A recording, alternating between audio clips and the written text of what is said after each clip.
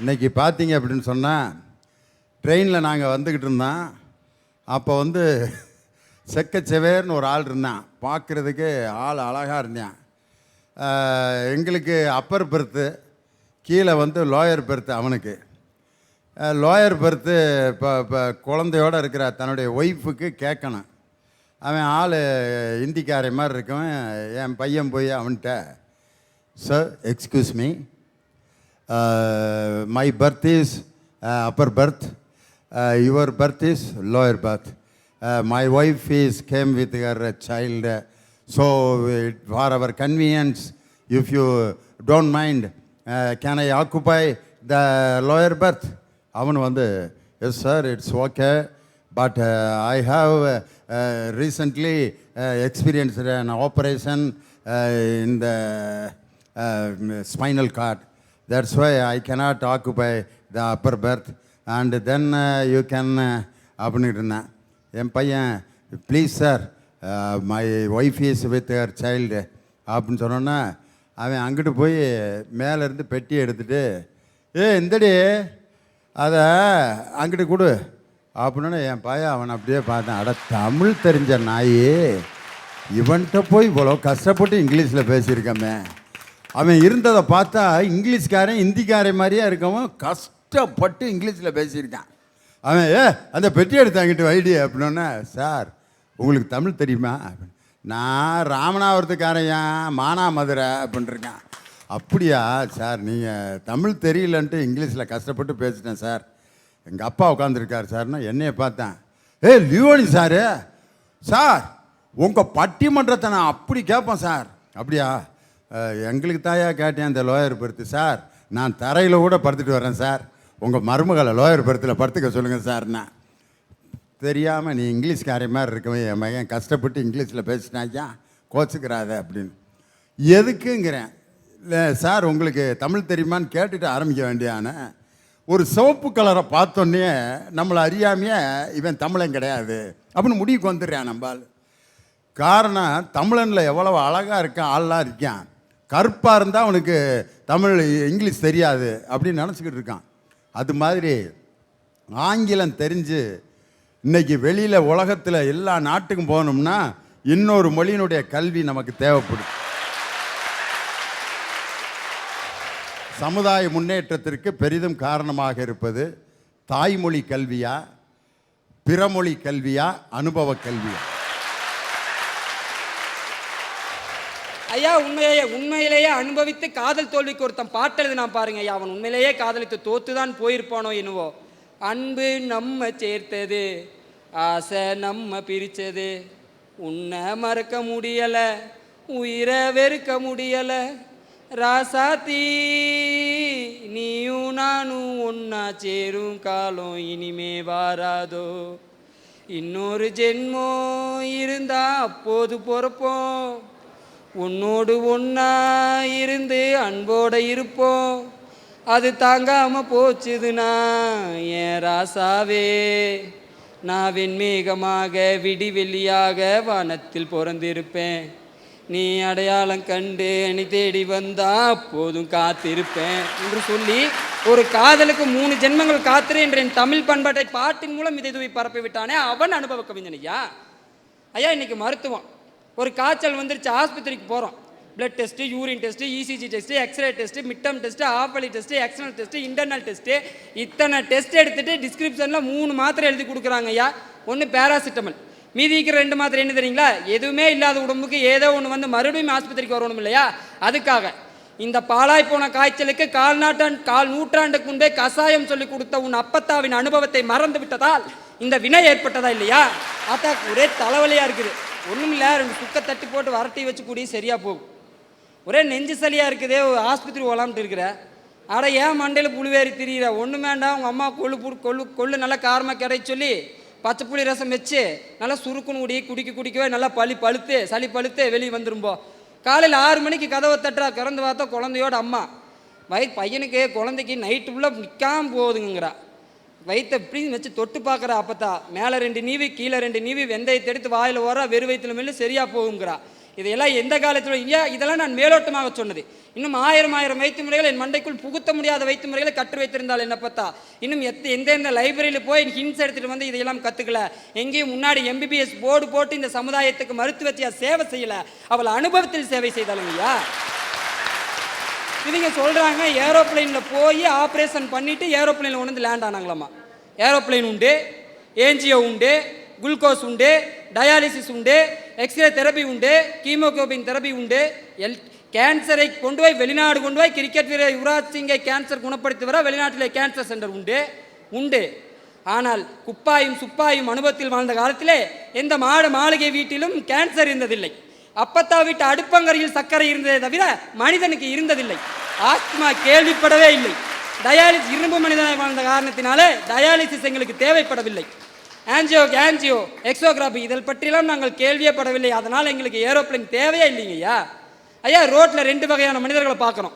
ஒருத்தர் காரில் எல்லாம் கண்ணாடி பூட்டிட்டு போகிறார். ஒருத்தர் வந்து ஐயா சாமி தர்மம் பண்ணுங்க சாமி அப்படிங்கிறார்.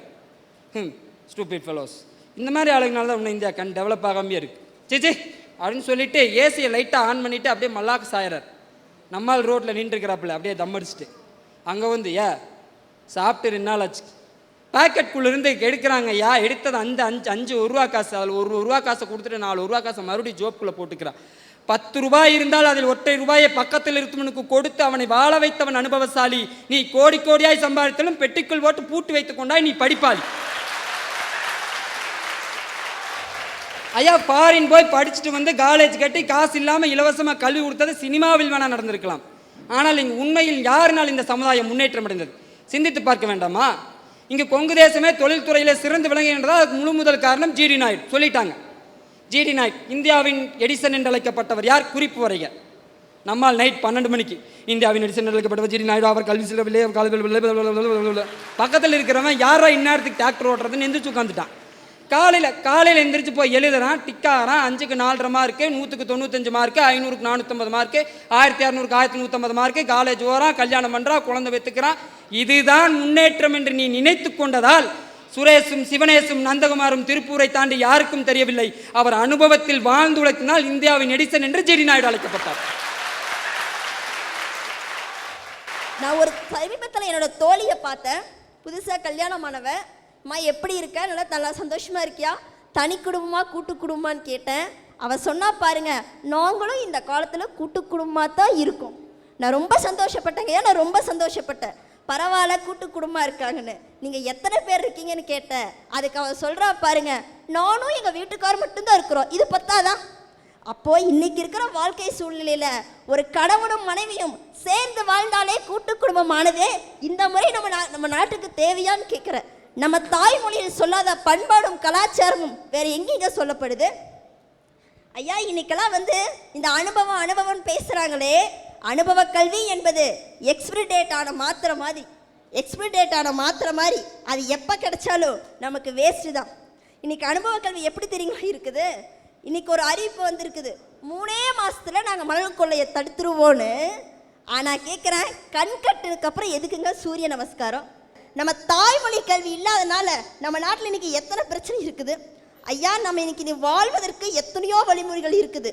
காசு பணம் மட்டுமே முக்கியம்னா, நான் கேட்குறேன், காசு பணம் மட்டும் முக்கியம்னா நம்மளுடைய தாயையும் தாய்மொழி கல்வியும் வித்துட்டு தான் நம்ம காசு பணம் சம்பாதிக்கணுமா?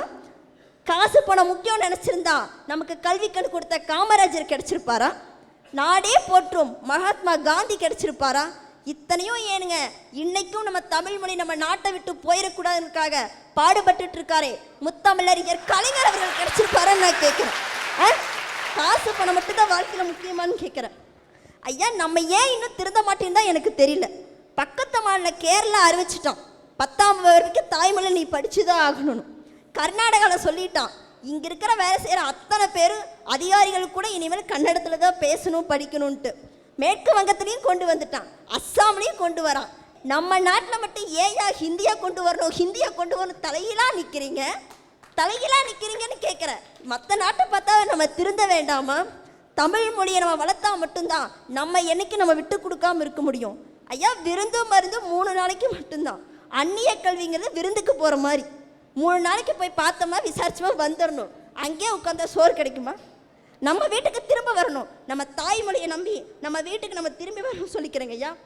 நான் ஆனால் இன்னைக்கு நான் ஒரு விஷயம் சொல்கிறேன், உங்கள் டைரியில் குறித்து வச்சுக்கோங்க, உங்கள் டைரியில் குறித்து வச்சுக்கோங்க. ஏன்னா கருப்பாக இருக்கிறவங்க பொய் சொல்ல மாட்டாங்க, கருப்பாக இருக்கிறவங்க பொய் சொல்ல மாட்டாங்க. இளைஞர்கள் நான் நினச்சி ரொம்ப பெருமைப்படுறேன். நம்ம பண்பாட்டை கலாச்சாரத்தையும் ஜல்லிக்கட்டு போராட்டத்தில் பெண்கள் உட்பட மீட்டு கொடுத்தாங்கன்னா அந்த இளைஞர்களுக்கு என்னோட ஒரு ஷபாஸ் கொடுத்துக்கிறேன். ஆனால் மீண்டும் நம்ம ஹிந்தியே வெளியே போ, தமிழே உள்ளே வான் என்று சொல்லி ஹிந்தி எதிர்ப்பு போராட்டத்தை என் இளைஞர்கள் நடத்துவாங்க ஐயா, என் இளைஞர்கள் நடத்துவாங்க. நீங்க அதை குறித்து வச்சுக்கோங்க.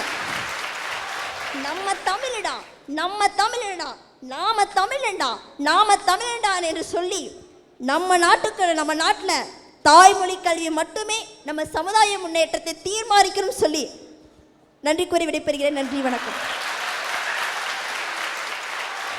ஐயா ஒன்றும் இல்லை, 2 நாளைக்கு முன்னாடி நம்ம ரோட்டில் வந்து பஸ்ஸுக்காக வெயிட் பண்ணிட்டு இருந்தோம் ஐயா. பக்கத்தில் பார்த்தீங்கன்னா பெரிய பள்ளம், அந்த பள்ளத்தில் வந்து மழை தண்ணி தான் தேங்கி நின்றுது. அப்போ பார்த்தீங்கன்னா அந்த சைட்லேருந்து ஒரு வேகமாக ஒரு கார் வந்தது. அந்த கார் வந்து எதிர்பாராத விதமாக அந்த பள்ளத்தில் வந்து ஒரு வீல் வந்து மாட்டிக்கிச்சு, அந்த காரோட ஒரு வீல் வந்து மாட்டிக்கிச்சு. உடனே அந்த காரில் உள்ளவர் அதனை பிடிச்சிட்டு வெளில வந்து பார்க்குறாரு. அப்போ தான் நான் கவனிக்கிறேன், அந்த கார் ஓட்டிட்டு வந்தவர் வந்து அதே ஊரில் வந்து ஒரு தனியார் பொறியியல் கல்லூரியில் ஒரு டாக்டரேட் பட்டம் வாங்கின பேராசிரியர்னு தெரியுதுங்கய்யா. அவர் வந்து பார்க்குறாரு, பொதுவாக காரில் வந்து 4 வீல் இருக்கும், அந்த ஒவ்வொரு வீல்லையும் 4 போல்ட்டு போட்டு முறுக்கியிருப்பாங்க ஐயா. அவர் வந்த வேகத்தில் பார்த்தீங்கன்னா அந்த ஒரு வீலில் 4 போல்ட்டு வந்து அந்த சகதியில் வந்து விழுந்துருச்சு. இப்போ அந்த ப்ரொஃபஸர் சாருக்கு மைண்டில் என்ன இருக்குன்னா, இம்மா இவ்வளோ டிப்டாப்பாக ட்ரெஸ்ஸு போட்டு வந்திருக்கோமே, நம்ம போய் இந்த சகதியில் கையை வச்சு போல்ட்டை எடுத்து முறுக்கி போட்டு போகணுமான்னு அவர் மனசில் ஒரு தாட் இருக்குது. ஆனால் எய்த்தாப்பில் ஒரு மெக்கானிக் ஷாப் இருக்குது, அந்த மெக்கானிக் ஷாப்பில் ஒரு மெக்கானிக் அண்ணன் வந்து இவர் என்ன பண்ணுறாருங்கிறத பார்த்துட்டு இருக்காரு. இவங்க 2 பேரும் என்ன பண்ணுறாங்கிறத நான் அந்த பஸ் ஸ்டாண்டு ஓரமாக நின்று பார்த்துட்டு இருக்கேன். அது வேற விஷயம்னு வச்சுக்கிங்களேன். இப்போ ஒன்று இவர் என் மனசில் வந்து என்ன பண்ணுறதுன்னு ஏது பண்ணுறதுன்னு அப்படி கைகாலாம் விடங்குது அவருக்கு. உடனே அந்த மெக்கானிக் அண்ணா பொறுமையாக வந்தார். வந்து என்ன சார் ஆச்சு அப்படின்னு கேட்டார். மெக்கானிக் அண்ணன்ட்ட ப்ரொஃபஸர் சார் சொல்கிறாரு, இதேமாரி வந்தேண்ணே மாட்டிக்கிச்சுன்னா என்ன பண்ணுறதுன்னு தெரிலண்ணே அப்படின்னு சொன்னார். உடனே அந்த மெக்கானிக் என்ன ஒன்றுமே பண்ணல, ஒரு ஸ்பானர் மட்டும் எடுத்துகிட்டு வந்தார். மற்ற 3 வீல் இருந்தது பார்த்தீங்களா, அதுலேருந்து ஒரு போல்ட்டை கட்டி அந்த பள்ளத்தில் ஒரு வீல் வந்துருச்சு பார்த்தீங்களா, அந்த வீல்ட்டில் அந்த மீதி 3 போல்ட்டை போட்டு காரை ரெடி பண்ணிட்டாருங்க ஐயா. ஐயா அதாவது படித்து டாக்டரேட் பட்டம் வாங்கின அந்த ப்ரொஃபஸரோட கல்வி இந்த இடத்துல 0 ஆயிடுச்சுங்க ஐயா. ஒன்றுமே கற்காம தான் கற்ற அனுபவங்கிற ஒரு கல்வியை மட்டும் வச்சிருந்த அந்த மெக்கானிக் இந்த ப்ரொஃபஸர் சாரோட ஒரு படி மேலே நிற்கிறாருங்க ஐயா. இதானே அனுபவம், இதானே தேவை ஐயா. கடைசியாக நான் ஒன்றை மட்டும் சொல்லி நிறைவு செஞ்சுக்கிறேன். நம்ம ரோட்டில் போகிறப்ப வழுக்கி விழுந்துட்டோன்னு வச்சிங்களேன், யாரும் பார்க்கறதுக்கு முன்னாடி எந்திரிச்சு நிற்போம். அதுவே நம்ம வாழ்க்கையில வழுக்கி விழுந்துட்டோம்னு வச்சிங்களேன், எல்லாரும் பார்க்குற மாதிரி எந்திரிச்சு நிற்கணுங்க ஐயா. இந்த ஒரு வாழ்க்கை தத்துவத்தை அனுபவத்தால் மட்டும்தான் தர முடியும்னு சொல்லி சமுதாய முன்னேற்றத்தினை பெரிதும் தீர்மானிப்பது அனுபவ கல்வி என்று கூறி வாய்ப்பளித்த நல்லுங்களுக்கு நன்றி பாராட்டி விடைபெறுகிறேன். நன்றி, வணக்கம். இன்னைக்கு பார்த்தீங்க அப்படின்னு சொன்னால் தாய்மொழி கல்வி, அந்நிய மொழி கல்வி. ஆனால் நம்மளுக்கு என்ன சொல்லி கொடுத்துருக்காங்க? அன்னையிடம் நீ அன்பை வாங்கலாம், தந்தையிடம் நீ அறிவை வாங்கலாம், 2 இருந்தால் பேரை வாங்கலாம், பேரை வாங்கினால் ஊரை வாங்கலாம். இன்னொரு பாட்டில் அம்மா என்றால் அன்பு, அப்பா என்றால் அறிவு. என்னமோ அம்மாவுக்கும் அறிவுக்கும் சம்பந்தமே இல்லாத மாதிரி அன்னைக்கு நடத்தி விட்டாங்க. அம்மா என்றால் அன்பு தான், அப்போ அம்மாவுக்கு அறிவே இருக்கக்கூடாதா? அப்பா என்றால் அறிவு, அப்பாவுக்கு அன்பு இருக்கக்கூடாதா? அன்பே இல்லாத அப்பாவும் அறிவே இல்லாத அம்மாவும் இந்த உலகத்துக்கு பிரயோஜனமே பட மாட்டாங்க. ஒரு காலத்தில் எழுதப்பட்ட ஒரு வாக்கியம் அது, அம்மா என்றால் அன்பு, அப்பா என்றால் அறிவுன்னு. இன்றைக்கு எத்தனை வீடுகளில் கணவன் இறந்த பிறகு தன் அறிவாற்றலால் தன் பிள்ளைகளை தன்னம்பிக்கையோடு படிக்க வைத்த அறிவுமிக்க பெண்கள் எவ்வளோ பேர் இருக்காங்க ஐயா. அப்போ பெண்ணுக்கும் அறிவுக்கும் சம்பந்தமே இல்லையா? ஏன் அம்மா என்றால் அன்பு, அப்பா என்றால் அறிவு? ஏன் அப்பாவுக்கு பாசம் கிடையாதா? அப்பானா என்ன, அடிக்க, ரேங்கில் கையெழுத்து போட, முழங்கால வச்சு அடிக்க, பிச்சு பிடிவேன் அப்படிங்கிறதுக்கு மட்டும்தான் அப்பனா? ஆனால் இன்னைக்கு யோசிக்கிறேன், எங்கள் அப்பாவை காலில் எனக்கு அடிபட்டு பெரிய புண்ணு, அப்படியே சலம் வச்சு வலியில் தாங்க முடியாமல் இன்ஜெக்ஷன் போட்டு நைட்டு படுத்திருக்கேன். எங்கள் அம்மா வந்து கொஞ்ச நேரம் தடவி கொடுத்து தூங்க வச்சுட்டு போயிட்டாங்க. ராத்திரி திருப்பி வலி வந்து அழுதுகிட்டு இருக்கேன். இருட்டுக்குள்ள என் கால்களை ஒரு கை தடவுச்சு. அம்மா நீ போய் தூங்கலையாம்மா அப்படின்னேன். டே அப்பாடா அப்படின்னாரு. எங்கள் அம்மா தூங்குறத பார்த்துட்டு, பிள்ளை முனகிறத பார்த்துட்டு, என் தந்தை வந்து இரவு முழுவதும் என்னோடு விழித்திருந்து என் வழியில் பங்கேற்ற அன்புமிக்க தந்தையை இன்னைக்கு நான் யோசனை பண்ணி பார்க்குறேன். அதனால் தந்தை என்றால் அன்புக்கு சம்பந்தமே இல்லாதவர் நினச்சிடாதீங்க. அன்பும் அறிவும் மிக்க தாயும் தந்தையும், இதுதான் நம்ம தமிழ் பண்பாடு. இன்னைக்கு யார் தாய் தந்தையரை மிகவும் நேசிக்கிறார்களோ அவர்கள் தாய்மொழியையும் நேசிப்பார்கள்.